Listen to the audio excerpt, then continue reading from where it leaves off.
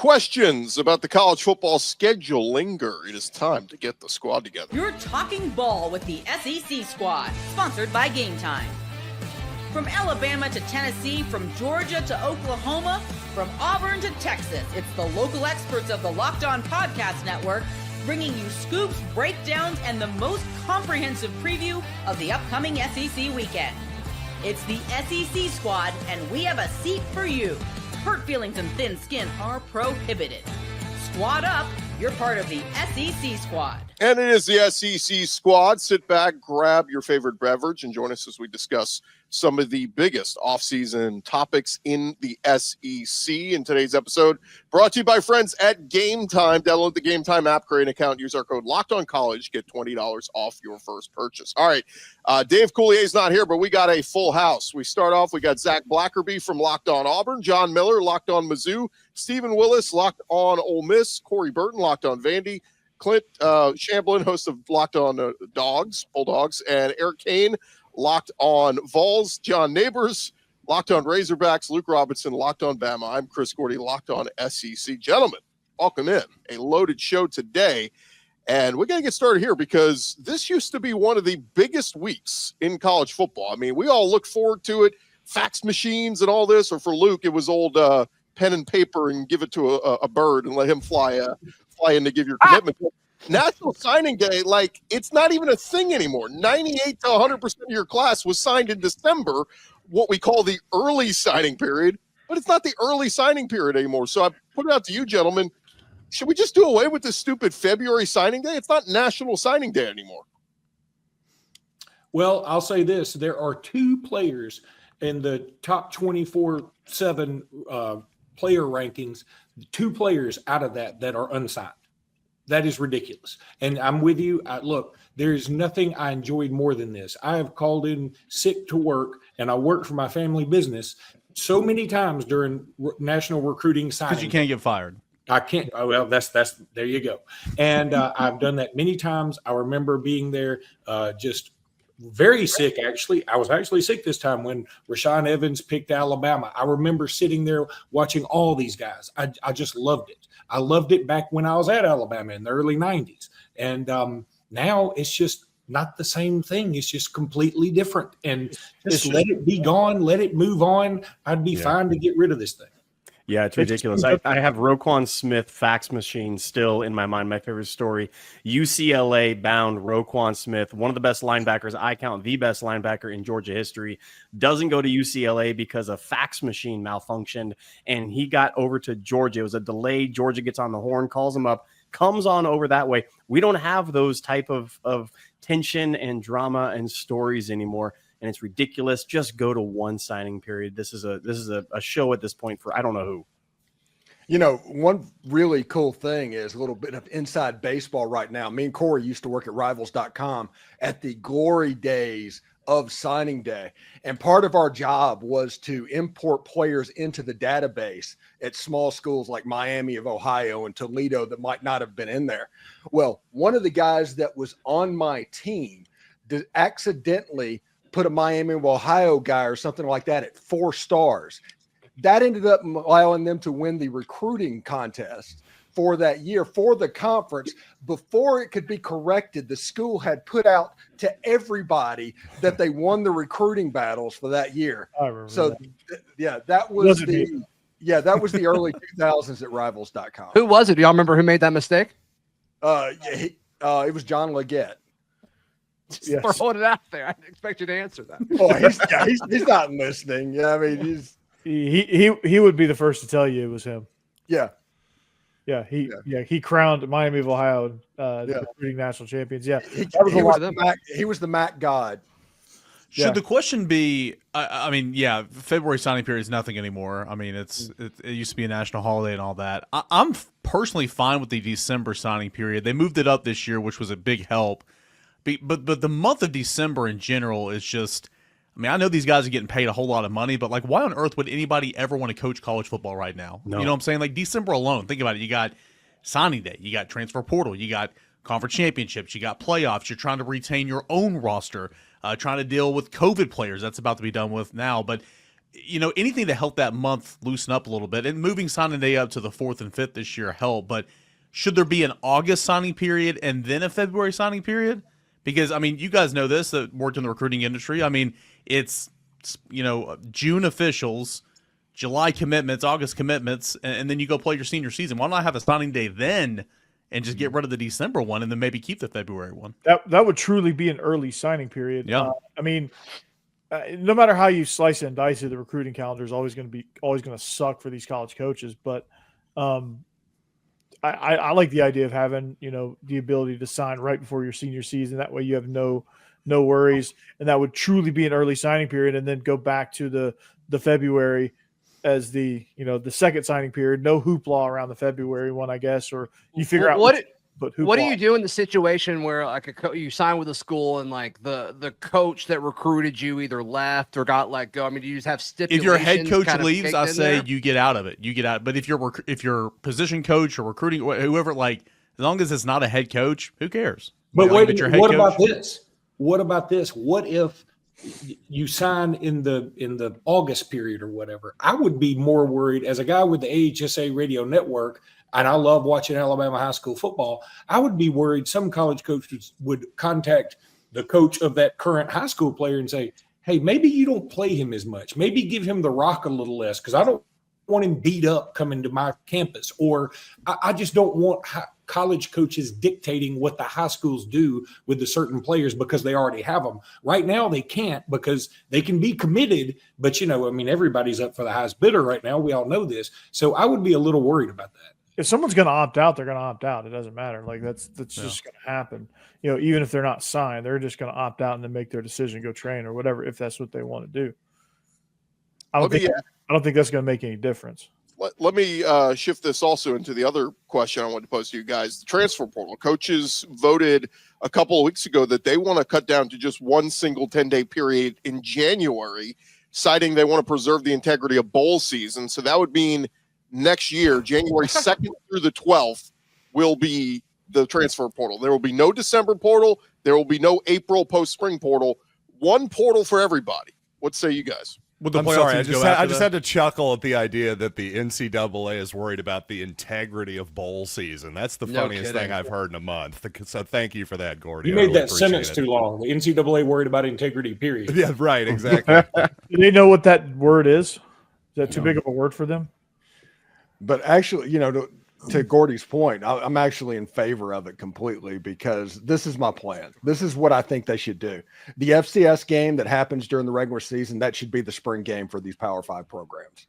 Move that to then. You don't have to worry about those cupcake type games. If you want to shorten the season by a week, that is fine.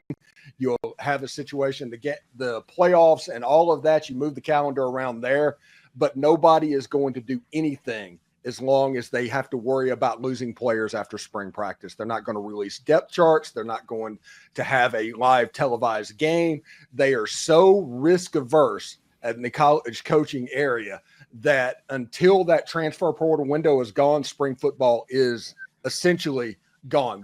The only alternative would be moving it to an OTA type system in June after the window. Well, that's what Hugh Freeze told the media down in Mobile for the Senior Bowl last week, is he was asked about spring and the portal window, and he said, I'd love to be able to have teaching periods throughout spring, but no contact, and then move them to an OTA type situation in June when you have your entire roster. Just go full NFL model at that point. Just have, they're trying to copy the NFL with everything else, which I don't think is a bad thing in most situations. I have this hard time seeing the argument against that, other than it's this is just kind of the way it's always been. I like the idea of OTAs regardless. You just, you have OTA, you have 2 OTA periods in the spring, 2 in the summer, and then you start training camp. I like that idea regardless of whatever you want to do with the portal. But I say keep spring football the way it was. If you are going to get rid of that transfer portal window, if you're going to keep it, they need to go to the OTA system. I think just the vote unanimous for this change tells me that this is one of the dominoes of many more dominoes to fall within the transfer portal. Everybody is thirsty and hungry for some sort of structure around this thing, and this is the first one to click in place for the rest of them to go. And I think the structure will bring much relief to college coaches too. I think there's a sense of it calming down a little bit for them, and they don't get so burnt out. I mean, they all dream of going to the NFL, which, you know, they're like, it's less hours in the NFL and you get an off season, and that's a dream. Good job, Chip. Yeah. Let me throw this out to you guys. Mississippi State, they played in the Egg Bowl on Friday, November 29th and lost, and their season ended.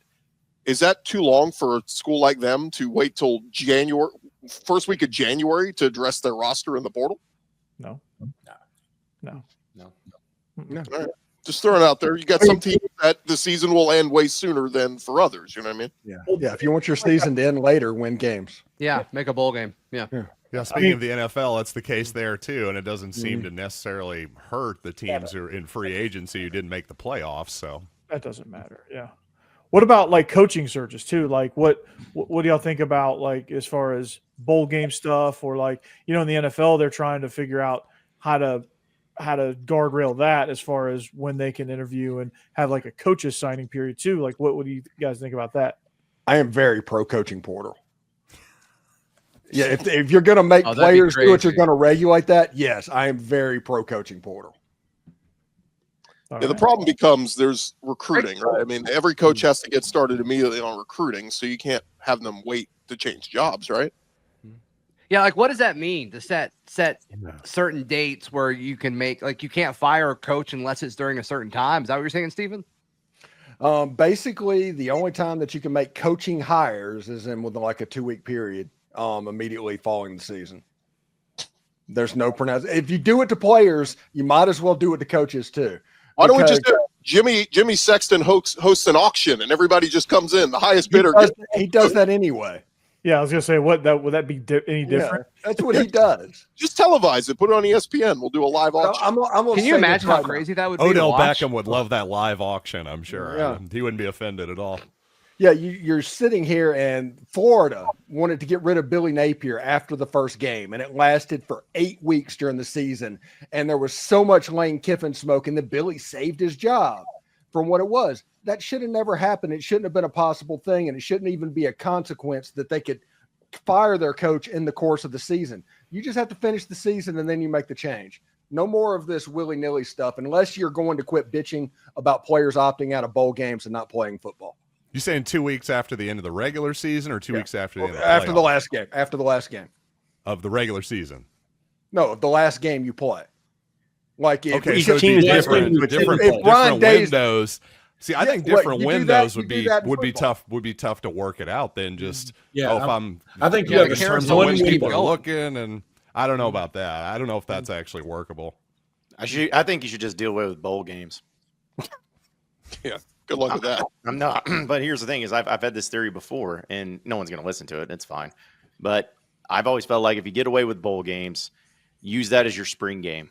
And, Arkansas and Texas Tech play in the Liberty Bowl. No one gives a rip. But if it's your spring game, you get to play in the Liberty Bowl. You get to go to Memphis. You get to have going up against Texas Tech in their spring roster.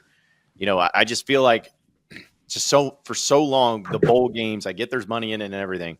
But for so long, the bowl games have hindered and have made this so chaotic. I mean, that's why the playoffs took forever. That's why the expansion's taken forever. That's why this signing day and stuff, it's all predicated and are surrounding bowl games, and it's killing it, and it's killing the sport, and it's keeping it from actually becoming something of relevance. And I know how much money's in it. I get it, but I just don't know if you're ever going to completely get to the point you need to get to and have something that makes sense and that everybody can agree on and be on the same page if you don't get rid of bowl games. Just plain and simple. All right, well, we'll leave that there, guys, because I do want to switch gears and we want to talk some actual football, right? We got some football geared up real soon. What are some of the big spring questions for your teams this spring? The SEC squad, talking more ball next.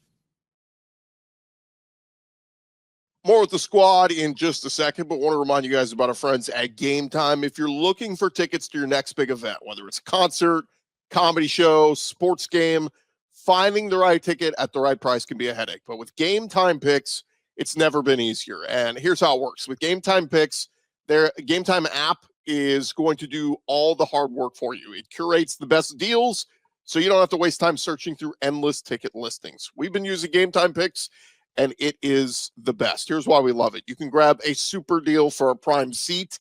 You will not believe the value. It is a steal. The seat view feature is a game changer before you even hit buy. You can see exactly what your seat will look like in the venue. It's so reassuring. And the best part, you are covered with Game Time's lowest price guarantee. If you find a better deal elsewhere, they will refund you 110% at the difference. Plus, your tickets are guaranteed to be delivered on time with easy cancellation options if something comes up. If you're ready to make your next event even better, download the Game Time app, create an account, use our code LOCKEDONCollege, get $20 off your first purchase. Terms apply. Again, that code is LOCKEDONCollege, $20 off. Download Game Time today. Last minute tickets, lowest price guaranteed. All right, gents, as we dive into it, spring ball starting up very soon, starting to see some dates. I know Alabama put out their date. LSU just announced their dates. Mizzou's always weird and does it super earlier than everybody else. But, guys, let's go around the horn. Biggest question for your team as spring ball approaches. Zach, let's start with you. I guess just quarterback play and overall grasping, Hugh Freeze's system. Can Jackson Arnold acclimate and kind of, get his feet set or regain his confidence under Hugh Freeze? I guess that's the biggest question. John Miller and Mizzou? I'll say quarterback as well. I'm sure a lot of people are going to say quarterback in the SEC this year, but also I'd say offensive line as well. A bunch of new names in the portal. So Missouri's going to have to break in a couple new tackles. And then defensively, I'd say on the outside at corner, if Missouri can improve that spot, they have a makings of what looks like a pretty good defense to me. Yeah, I'm still trying to get used to saying Pribula. Those consonants don't seem to go together. Stephen Willis, Ole Miss. I think the question is going to be whether or not Joey Chestnut can get that 50th hot dog. And if he can pull that off during the spring game, I think that's going to be a really good side. Now, seriously, I think the question that Ole Miss is going to have to deal with, everybody's going to talk about Austin Simmons at quarterback, but Jalen Braxton at cornerback, can he replace Trey Amos? If that happens, Ole Miss's defense has a chance to be pretty good. If it doesn't happen, Ole Miss's defense has a chance to be really average. Yeah, John Miller shaking his head. There was like 5 Razorbacks on Ole Miss's roster now. That's one of them. Nope. I'm John Neighbors. That's John Miller. What else? Miller. You mix up the Johns. It's no We have a big deal. lot of Johns here. I read John Miller. I meant John Neighbors. Don't you John, ever do that again. John, how do you like all those Arkansas Razorbacks? Hey, whoa. Am I supposed to be offended by that, Neighbors? Come on now. Yeah, how do I feel? Yeah, that's a great question, Gordy. Yeah, how do I feel? How do I feel about all the good Razorbacks going to other teams? It's just a great feeling. It feels great. I'm excited about the season for that reason. That's Patrick should be all American. Well, yeah, I'm pissed off about this because I thought I was coming on here to talk basketball because that's all that matters right now. But then here we are talking about spring ball. It's like, come on, man. The season hasn't been torturous enough. We got to actually talk football for this. So, but yeah, it's great, Gordy. Thanks for asking. We'll come back to you in a minute. Corey Burton, how about Vanderbilt? Well, they got to announce spring dates first, but then, can this offense find a passing game? We all know what Pavia can do in the run game. Can he find some semblance of a pass game to make them, true dual threat team? Defensively, can they make the next stop and get pressure on the quarterback? And just kind of see how this defense gels with some of the new transfers. Yeah, it felt like it was all Eli Stowers. Where are the receivers? Find some receivers. Exactly. Find a passing game outside of Eli Stowers. And even then, it wasn't much. Clint Shamblin, how about the Bulldogs? Man, underachieving. 2 straight years of not winning a championship. I know it feels like a drought all of a sudden. It's going to be actually wild. The snap count coming back for Georgia is radically low. It's unbelievably low. Offensive line, it's a brand new offensive line. Gunnar Stockton, Ryan Puglisi, do not think that Gunnar Stockton is the de facto quarterback because that is not the case and that is not what people are saying. Running back should be healthy, but honestly, it's all eyes are going to be on these wide receivers. The transfer portal's coming in.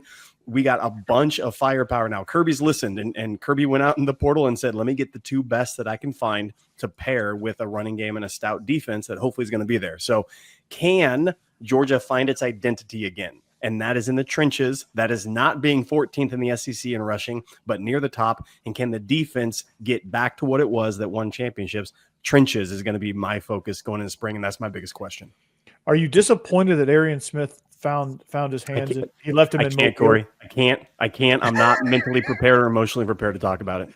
Yeah, great storyline this past week at the Senior Bowl is Arian Smith caught everything at the Senior Bowl. If only he could have done that at Georgia. If we catch half the drops that we had all year, we're a top 8 explosive offense in the entire nation. Half the drops that we had. I can't believe it. By the way, I love that Puglisi pushing Stockton storyline. That's a good I'm one. telling y'all, watch out for him. He's the real deal. At least Jaden Rashada will not be in the mix. We know that. How about Eric Kane? How about those Vols? Yeah, a couple of areas on the offense. I think the defense will be pretty solid. Honestly, you bring back a lot of starters, returning starters, and some playmakers in the secondary. On offense, though, I mean, you're losing 4 starters on the offensive line. The unit that led the SEC in rushing. Pass pro wasn't as great, but at least you have a path there. Like, who's going to be in what position. You just got to see guys come along. Wide receivers, man, it's like you got Mike Matthews and Chris Brazel's returning, and it's about it, right? And, the passing game's not been great the last 2 years for Tennessee, and a lot of that has to do with the receivers. So it's not necessarily a bad thing. So we'll see if Boo Carter plays in the offense, but Mike Matthews, excited to see a whole lot more of him. But Tennessee's got to answer some questions in the passing game, specifically at wide receiver, and they won't all be answered in spring, but that's what one of the major storylines in Knoxville is this spring. Yeah, I've had a lot of people look.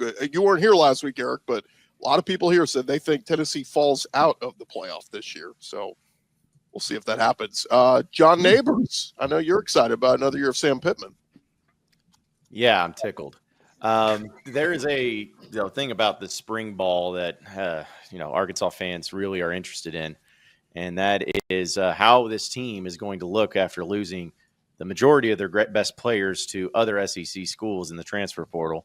They'll be replaced by just as good, if not better, players. The ones from D2 schools and the ones that are up there in the non-Power 5. Ones that, especially like they're in the secondary, players that had 4 tackles, an offensive lineman from Oregon, that team that was number 1 seed. Yeah. The true freshman that was a backup that got redshirted, who's never played it down. There's going to be a lot of really interesting things to check out this year for the Hogs. And I can't wait to see how it's all going to turn out and how I can convince myself that this is going to be a better year with a much more difficult schedule, and how it's just, this is the right move to keep moving forward with how things are going. And 4-8 is going to be really good next year. I'm actually looking forward to it. I can't wait for it to happen. I've been excited about it since the season ended, and I can't wait to see it in full 4K in 2025 and during the fall. So, John, are you okay? Are you doing Better okay? Help still a sponsor?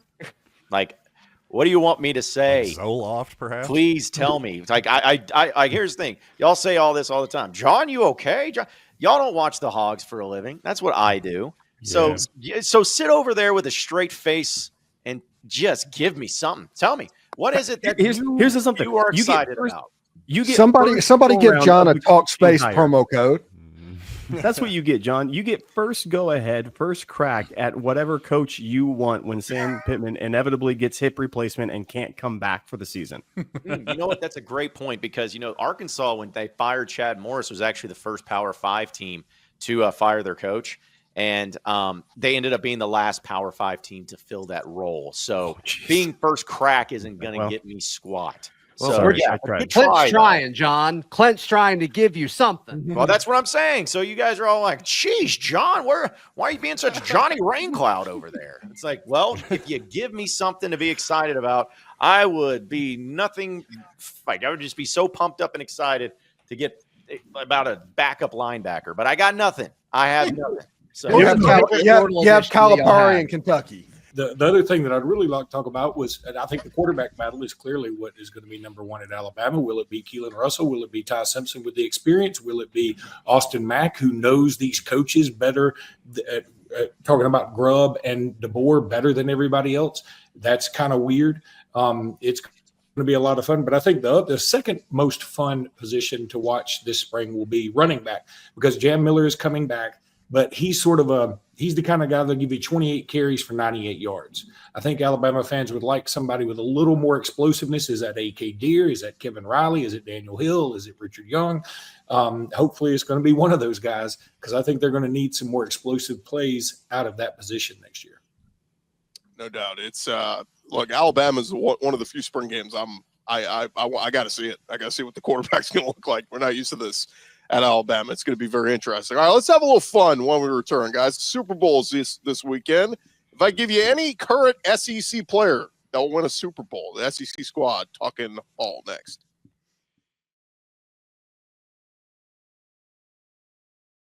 All right, guys, back to the squad. I teased it before the break. Super Bowl is this weekend, and obviously we all knew when we were watching him at Texas Tech that Patrick Mahomes would go on to be the super legend and play for all these Super Bowls. So I ask you guys, you could pick one current SEC player to place money on that will absolutely win a Super Bowl in his NFL career. Who would you pick? I'll take the obvious one. I'll go with Arch Manning. Peyton's got a couple. Eli's got a couple. I've got a theory that I sometimes call the Eli Manning theory, which is if you've got the pedigree and you've got the name, generally you turn out to be a pretty decent player at the next level. So I think Arch Manning's kind of the obvious one. I'll just start there. Yeah, that was definitely the leader in the clubhouse. I was going to throw out maybe Ryan Williams. Luke? I like that call. I think Ryan Williams is going to be fantastic at whatever level he goes on to. I mean, if there's something beyond the NFL that I don't know about, I think he'd do well there. I'm going to go kind of left field here because I'm going to be rooting for this guy to get himself a Super Bowl, and that's Diego Pavia. I just want to see him win something like that. I think that would be super cool. This guy, he goes against everything that I want to be myself, meaning he's brash. He sort of just he's a trash talker at times. He just seems so full of himself, yet I can't look away. And he's just so much fun, even though he beat my team and he also beat Zach's team. I want to say that. But I think he's just a piece of work, man. And I think he's sort of a toned down Johnny Manziel, but not as talented. I mean, better representation, probably doesn't have the skeletons in the closet, though he might. He just does a better job of keeping the closet door closed. Yeah. I mean, I don't think he'll be on an NFL roster, but that'd be a neat one to have win a Super Bowl. If he does, he'll blow up the rookie salary scale in court without question. Oh yeah. He's good at court cases. So I'll sue. I'll do it. I'll sue. I'll go with Nico. I just say Nico because I'm so intimidated by his last name. But I've try it. Nope. I think just try it. I am Ava. Oh, there it is. Corey did it. He's been a name since like 2022. We got to figure it out by now. Sure. Well, if Auburn ever plays Tennessee, I'll learn it. But for some reason, they just don't. They're never going to play football again, which stinks. I think he's a star. I think he's going to be absolutely incredible. I think we saw glimpses of it last year, and I disagree with a lot of y'all. I think Tennessee will make the playoff again this upcoming season because of him. So hold on. Who said Tennessee's less likely to fall out? What was the topic, Gordy? Because I mean, Tennessee's defense is going to be great again next year. So like, I don't. It was a projection of who were gonna be the playoff teams next year. I think the defense is great. Returning the starting quarterback. I mean, there's a lot to work with there. Iama Loeva was my attempt. Good job. You did it. Way to go. So who was closer, me or Zach? I didn't hear you go. You go. Yeah, you missed it. Iamaliava. Iamaliava. There you go. You were spot on. That's it right there. Iamaliava. I cheated. John gave me the answer. By the way, for current SEC player that's going to win a Super Bowl, I'm going with the theory that Georgia middle linebacker is a safe way to go. So maybe Raylan Wilson. Not a bad bet. I was just going to say, I think whatever Georgia defensive player is drafted by the Eagles, that could be Micah Williams, that could be Jalen Walker, that could be Malachi Starks. They're all in that category. The odds-on favorite for Micah Williams go to the Eagles? Yes, that is the odds. Since we're on topic, I'll go former Georgia edge rusher Damon Wilson, who's now at Missouri. Heard a lot of good things about him from our own Brian Smith. Thinks he might be the best guy in the whole portal, so maybe I'll go with him as a dark horse. I wanted to go Luther Burden, but I mean, John, is he still going to be drafted in the top 10? I mean, he's going to be drafted way too high. He's going to go to a really bad team. So, I think there's a chance he could maybe fall into the second half of the first round. I definitely don't think he's going to fall out of the first round or anything. There you go. Yeah, then Luther Burden's my answer. Luther Burden or James Pierce. James Pierce is going to slide to like 20-something. He's going to be to a good team rushing the quarterback. Yeah. Like those type of like first half values that are going to slide. Yeah, the key is always end up as like the last 5 picks of the draft because you're going to a really good team and you'll be able to get in that category. I'll throw another one, Dylan Stewart at South Carolina. I think he's future stud. That's a great call. Yeah, that's a good one. John Neighbors, you have a hog you think might win a Super Bowl? Sure. Yeah, one of them will find a way onto a Super Bowl team as a backup, maybe. Good call. That's a good call. All right, before we wrap up, guys, I do want to mention Nebraska this week, making some headlines. Is Matt Rhule said on Saturday he doubts that Nebraska is going to have a spring scrimmage in April this year.